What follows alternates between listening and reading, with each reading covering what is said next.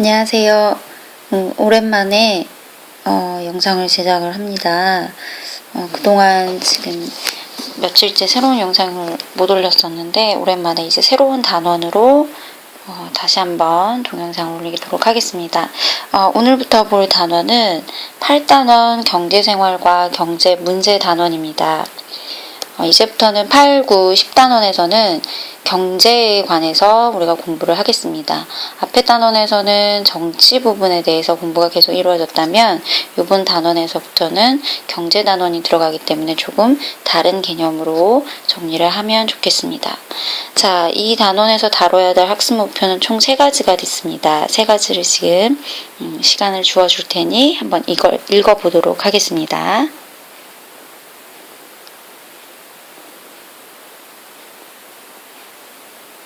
자, 모두 읽어봤죠? 자, 오늘은 이 3가지 학습 목표를 가지고 공부를 시작해 보겠습니다. 자, 이 단원의 제목이 중단원 1단원 경제활동의 이해 단원입니다. 경제가 무엇인지, 경제활동이라는 것이 무엇인지 개념 정리를 하는 단원이라고 보면 되겠습니다. 자, 그래서 첫 번째로 경제활동의 의미부터 정리를 하도록 할게요. 자, 여러분, 경제활동이란 어떤 인간에게 필요한, 그러니까 나에게 필요한 재화나 서비스를 만들고 사용하고 하는 모든 활동을 우리가 경제활동이라고 합니다. 여러분들은 하루에도 몇 차례 끊임없이 경제활동을 하고 있죠. 자, 아침에 와서 하산마트에서 우리가 과자를 산달지, 이것도 경제활동이 될 수가 있고, 또는 버스를 타고 등교하는 학생이 있다면 버스를 탄다라는 것도 경제활동이 될 수가 있습니다. 선생님이 이렇게 수업을 하는 것도 경제활동이 될 수가 있는데, 자, 경제활동은 이렇게 인간이 꼭 필요한, 자, 다시 말해서 인간의 필요와 욕구를 충족시켜 주기 위해서 재화와 서비스를 만들고 사용하는 모든 활동을 이야기합니다. 자, 여기 표를 보면 경제활동을 하는 이유가 뭐냐? 자, 경제활동은 2가지 때문이다. 인간의 필요와 욕구 때문에 경제활동을 한다라고 되어 있네요. 자, 우리가 경제활동이라는 건 인간의 필요에 따라서 재화나 서비스를 만들고 사용한다라고 얘기했는데, 자, 이 재화와 서비스를 경제활동의 대상이라고 합니다. 자, 다시 말해서 무엇을 가지고 경제활동을 하느냐? 자, 그 무엇을에 해당하는 것이 재화와 서비스이죠. 자, 재화는 아까 얘기했듯이 화산마트에서 빵을 사왔다. 자, 인간의 욕구를 충족시킬 수 있는 유형, 있을 유자예요. 유형, 모양이 있는 상품을 이야기합니다. 자, 그리고 서비스는요, 마찬가지 인간의 욕구를 충족시켜 준다는 점에서는 공통점을 가지지만 서비스는 눈에 보이지 않는 무형, 없을 문자겠죠. 자, 무형의 어떤 인간의 행위를 이야기합니다. 인간의 행위. 자, 예를 들어서 첫 번째 사진에서 보여지는 이 물건들, 눈에 보이는 상품이죠. 자, 이거는 재화가 되겠죠. 자, 2번째 사진에 보여지는 것은 의사가 진료를 합니다. 의사가 진료를 하는 인간의 행위, 또는 버스 기사 아저씨가 나를 학교까지 태워다 주는 인간의 행위, 자, 미용실에 가서 머리를 자르는 등의 행위. 자, 이렇게 나의 필요와 욕구를 충족시켜 줄 수 있는 인간의 행위를 우리는 서비스라고 합니다. 자, 재화와 서비스는 경제활동의 대상입니다. 무엇을 경제활동을 하느냐라는 의미고요. 그러면 어떻게 재화와 서비스를 이용을 한다는 걸까요? 자, 그 다음 장에서 한번 보겠습니다. 자, 우리가 앞에서 재화와 서비스를 가지고 경제활동을 한다라고 했는데, 그럼 경제활동은 구체적으로 어떤 모습으로 나타나는지 한번 보겠습니다. 자, 경제활동의 종류에 대해서 공부를 할게요.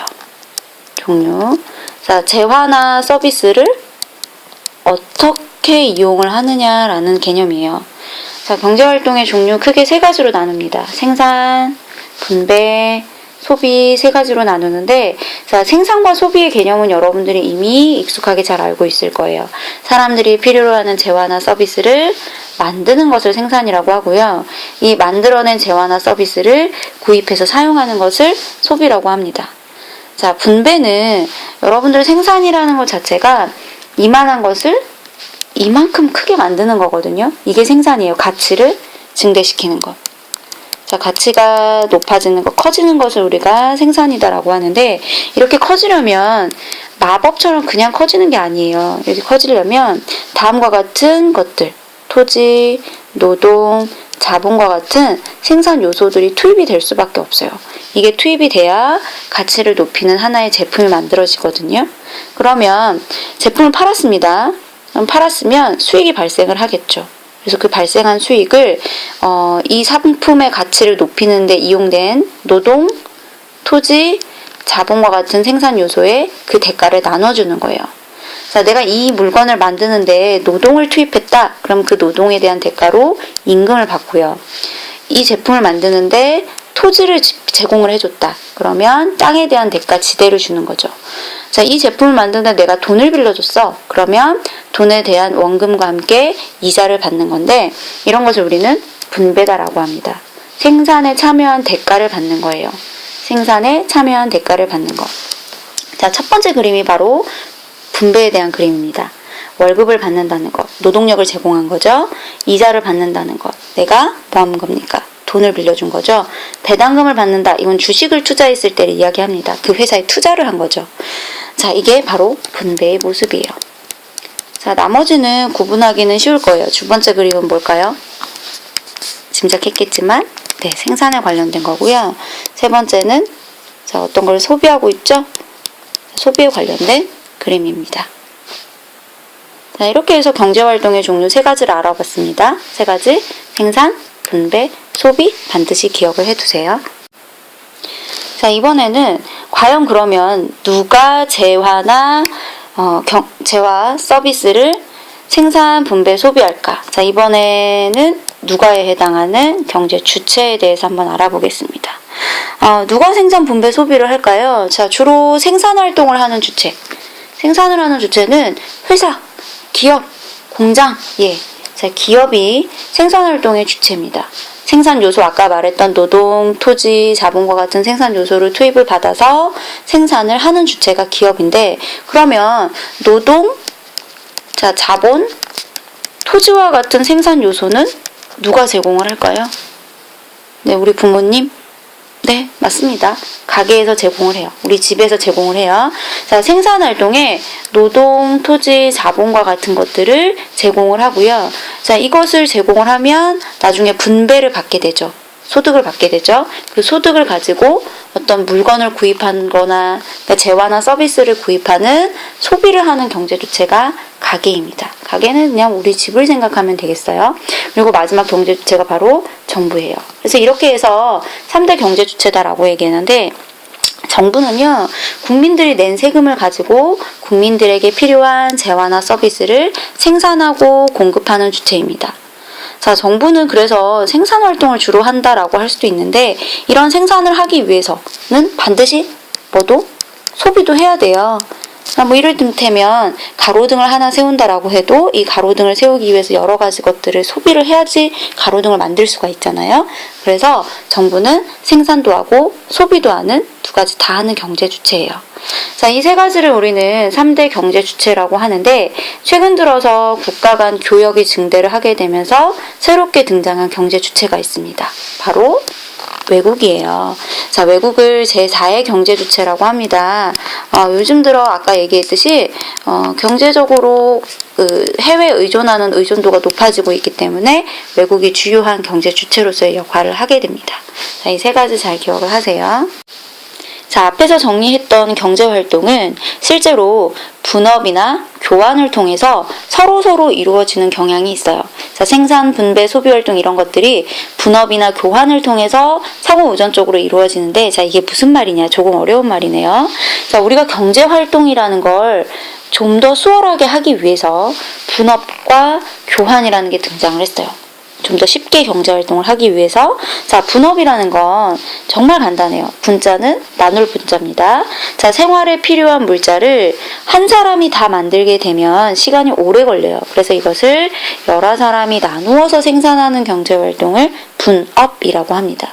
자, 여러 사람이 나누어서 경제활동을 하다 보니까 한 사람은 똑같은 업무를 계속 반복적으로 하게 되겠죠. 자, 그래서 아무래도 전문성이 높아져요. 전문성이 높아지고, 효율성이 높아진다는 것은 나눠서 생산을 하다 보니까 혼자 다 하는 것보다는 적은 비용을 들여서, 최소한의 비용을 들여서 최대의 효과를 누릴 수가 있다는 얘기입니다. 더 빨리 생산할 수 있게 됐다는 얘기죠. 그래서 이러한 장점이 있기 때문에 일반적으로 혼자서 다 생산을 하기보다는 나눠서 생산을 하는 경우가 많다라는 거죠. 자, 이번에는 교환의 개념에 대해서 한번 볼게요. 자, 교환은 이미 여러분들이 많이 하고 있는 경제활동이죠. 경제 주체 간에 필요한 재화나 서비스를 서로 바꾸는 경제활동입니다. 자, 서로 교환을 하게 되면 갖는 장점은 뭘까요? 아무래도 내가 모든 것을 다 생산할 필요가 없습니다. 자, 교환 당사자. 그러니까 예를 들어서 내가 이전에는요, 밀가루도 만들고요, 밀도 생산을 하고, 쌀도 생산을 하고, 콩도 생산을 하고, 고기도 생산하고, 다 생산을 했어야 했어요. 근데 교환을 하게 되면, 자, 나는 밀만 생산을 하는 거예요. 자, 그리고 내 밀을 쌀을 가진 사람한테 파는 거죠. 그리고 나는 쌀을 또 사오는 거예요. 자, 이게 바로 교환입니다. 교환을 하게 되면 아무래도 교환 당사자 간의 시간과 비용을 절약을 할 수가 있어요. 경제적 이익이 증가할 수도 있고, 자, 자원의 희소성이 완화된다. 약간 어려운 개념이니까 수업 시간에 좀 더 자세히 볼게요. 자, 자원을 효율적으로 배분된다. 자, 결론적으로 말하면 다른 사람의 물건과 내가 교환을 한다라는 건 내가 하나를 다 생산할 필요가 없다라는 거죠. 자, 분업과 연계해서 생각을 하면 되겠습니다. 그런데 자, 맨 처음에는 교환이라는 것 자체가 물물 교환의 형태로 이루어졌어요. 근데 너무 불편해. 어떤 점이 불편하냐면, 자, 나는 지금 빵을 가지고 있습니다. 근데 쌀이 필요해요. 그럼 어떤 사람을 만나야겠나요? 자, 내가 지금 빵을 가지고 있고 쌀이 필요해요. 그럼 난 어떤 사람을 만나야 되냐면, 쌀을 가지고 있고 빵이 필요한 사람을 만나야 서로 교환이 가능하겠죠. 자, 그런데 이런 사람을, 나에게 딱 조건이 맞는 사람을 찾기가 힘들다라는 거예요. 그래서 어떻게 하느냐면, 이러한 물물 교환의 불편을 해소하기 위해서 일정한 가치를 가진 화폐라는 것이 등장을 하게 됩니다. 자, 화폐. 그래서 그렇죠. 물물 교환의 불편을 해소하기 위해서 화폐가 등장을 했고, 자, 화폐를 가지고 있으면 어느 곳에 가든지 사람들과 쌀도 바꿀 수 있고요, 빵도 바꿀 수 있게 되겠죠. 이 화폐라는 것 자체가 가치를 가지는 것이기 때문에, 그래서 사람들이 화폐를 가지고 물건을 구입을 하기 시작해요. 구입의 개념이 생기겠죠. 자, 그러면서 한 곳에 모이게 됩니다. 자, 사려는 사람과 팔려는 사람이 모여 있어요. 자, 이런 곳을 우리는 시장이다라고 하죠. 그래서 결론적으로 교환이라는 것은 화폐의 등장과 함께 시장을 발전시키는 계기를 마련을 하게 돼요. 자, 한편 분업은 어떤 종류로 나타나는가 한번 봐볼게요. 자, 분업이 아까 얘기했듯이 업무를 나눠서 맡는 것이다 라고 했었거든요. 자, 개인 간에도 분업이 나타날 수가 있고, 지역 간에도 분업이 나타날 수가 있고, 국가 간에도 분업의 형태를 볼 수가 있습니다. 자, 개인 간의 분업의 형태는요, 자, 여러분, 직업이라는 게 있죠. 자, 이게 바로 개인 사이에 나타나는 분업의 대표적인 형태라고 볼 수가 있어요. 자, 나는요, 의학 기술을 배워서 고치는 의사가 될 수도 있고요, 또 교사가 될 수도 있고, 또 미용사가 될 수도 있고, 여러 가지 것들을 다 할 수는 있어요. 그렇지만 내가 혼자 다 하지 않죠? 왜? 혼자 다 하면 너무 배우는데 시간이 오래 걸려요. 이걸 다 배우는데 아마 꼬부랑 할머니가 돼서 결국엔 써먹질 못할 거예요. 그쵸? 자, 그래서 나는 제일 잘하는 거 한 가지만 하는 거예요. 그게 나의 직업이 되는 거죠. 그래서 개인 간의 분업의 형태는 이렇게 직업의 형태로 나타납니다. 자, 지역 간의 분업은요, 가장 이해하기 쉬운 것은 농촌과 도시를 한번 들어볼게요. 자, 농촌에서는 농산물만 생산을 해요. 농산물. 그리고 도시에서는 여러 가지 공업품, 공산품. 자, 도시에는 공산품이나 서비스 같은 것들을 생산을 하죠. 자, 그리고 이것을 서로 뭐합니까? 교환을 합니다. 자, 도시에 사는 사람들이 농산물을 전혀 소비를 안 하는 게 아니잖아요. 그래서 농촌에서는 농산물만 생산을 하고, 도시에서는 공산품이나 서비스를 생산을 해서 서로 교환을 하는 거예요. 분업이라는 것 자체가 교환을 전제로 하고 있다는 점, 이걸 좀 기억을 하세요.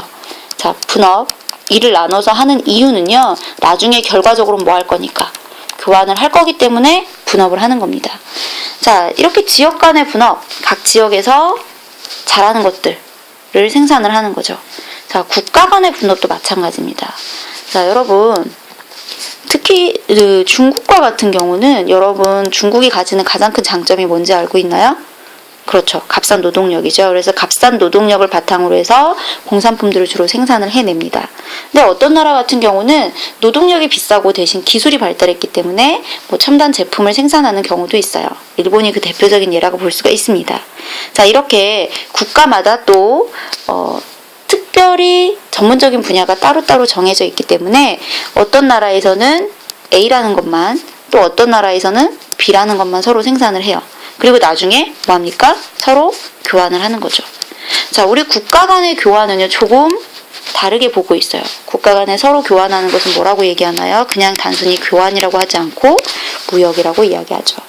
자, 이렇게요, 경제 주체들끼리는 서로 상호 의존하는 관계를 통해서 경제 활동을 해 나갑니다. 자, 여기까지 오늘 수업을 마무리할 건데, 이 부분은 개념을 정리하는 내용들이 참 많아요. 수업 시간에 개념 위주로 다시 한번 쭉 정리를 해보면서 공부를 하면 좋을 것 같습니다. 자, 수업 시간에 만나도록 할게요.